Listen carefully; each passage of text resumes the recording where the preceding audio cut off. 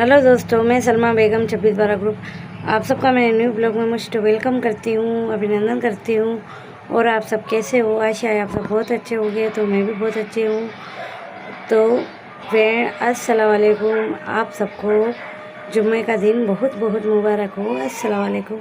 तो फ्रेंड, मैं आज आप सबको एक कहानी सुनाना चाहती हूँ, जनाब सईदों की कहानी। क्या फ्रेंड? जनाब सईदों की कहानी।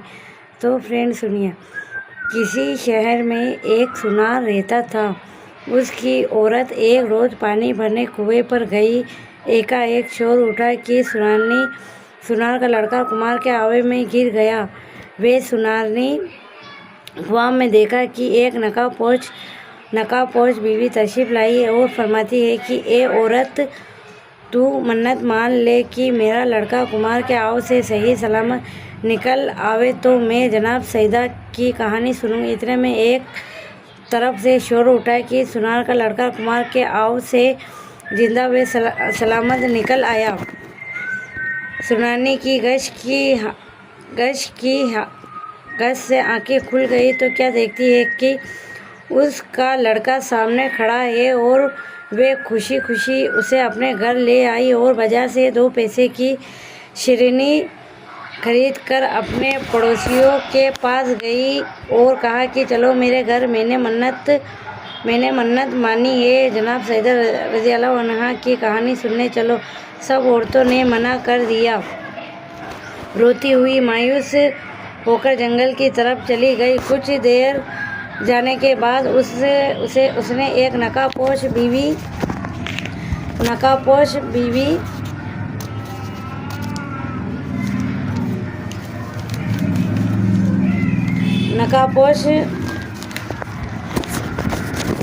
बीवी को देखा। उन्होंने फरमाया कि तू बैठ जा, मैं कहानी सुनती हूँ। मदीना में एक यहूदी रहता था। उसकी लड़की की शादी थी।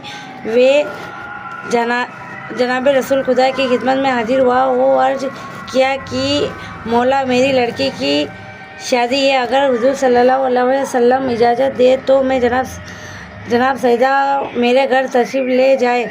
हजरत सल्लल्लाहु अलैहि वसल्लम ने फरमाया कि उसका जिक्र जनाब आमिर से करो। अगर वे इजाज़त दे तो फातिमा को ले जाओ। वे यहूदी हजरत अली रज़ियल्लाहु अन्हु की खिदमत में हाजिर हुआ और अपनी दरख्वास्त पेश की। हजरत ने फरमाया कि जनाब सईदा की खिदमत में अर्ज करो। चुनांचे वे हजरत फातिमा की खिदमत में हाजिर हुआ और शादी में शिरकत के लिए अर्ज किया कि आपने फरमाया, या अली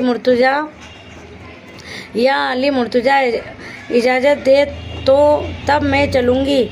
उस यहूदी अर्ज किया कि मैं जनाब रज़ियल्लाहु अन्हा खुदा और जनाब अली रज़ियल्लाहु अन्हा से इजाज़त हासिल कर चुका हूँ। अब तो आप खुद उस उम्र की मुख्तार है। आपने सवारी लेने के लिए उसने कहा।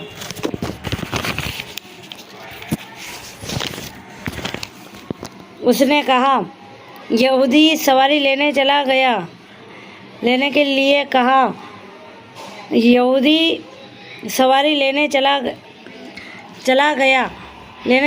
जनाब सईदा रज़ियल्लाहु ने जहाँ नमाज बिछाकर 2 रकात नमाज पढ़ी और हाथ बुलंद करके खुदा की बारगाह में अर्ज किया कि ए मेरे पालने वाले, मैं तेरे रसूल की बेटी और तेरी कनीज़ हूँ। ना मेरे पास कोई कपड़ा है और ना कोई सामान है। ऐसी हालत में शादी में कैसे जाऊँ? आपकी अभी दुआ ख़त्म ना हो पाई थी कि जन्नत की हुरें एक कश्ती में जन्नत के जेवरात व लिबास लेकर हाजिर हो गई। हुरों ने अपने हाथों से जनाब सईदा को लिबास व जेवरात से अरसता किया और सवारी में बिठाया।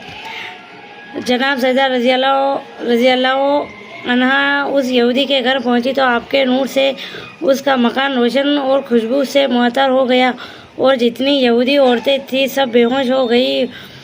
आप उस हुजूर में तशरीफ़ फरमाई हुई थी जिसमें दुल्हन बैठी थी।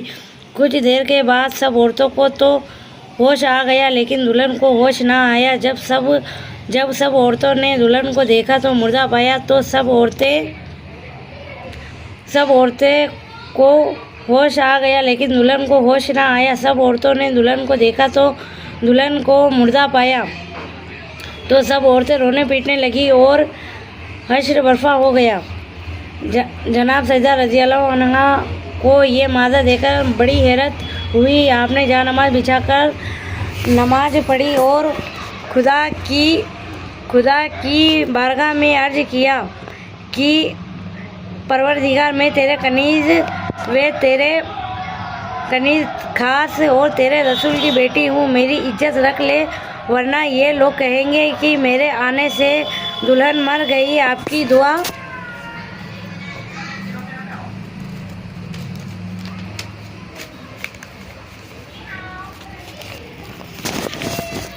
अभी ख़त्म ना हुई थी कि दुल्हन जिंदा हो गई और कलमा पढ़ती हुई उठ बैठी और जनाब सैदा से अर्ज किया कि आप बिन्नते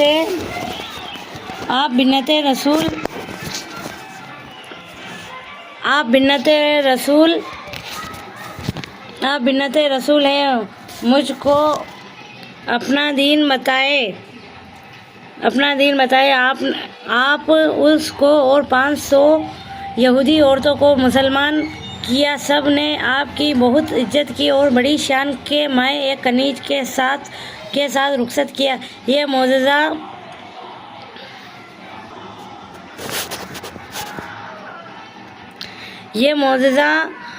जनाब सैदा का एक दूसरी तरफ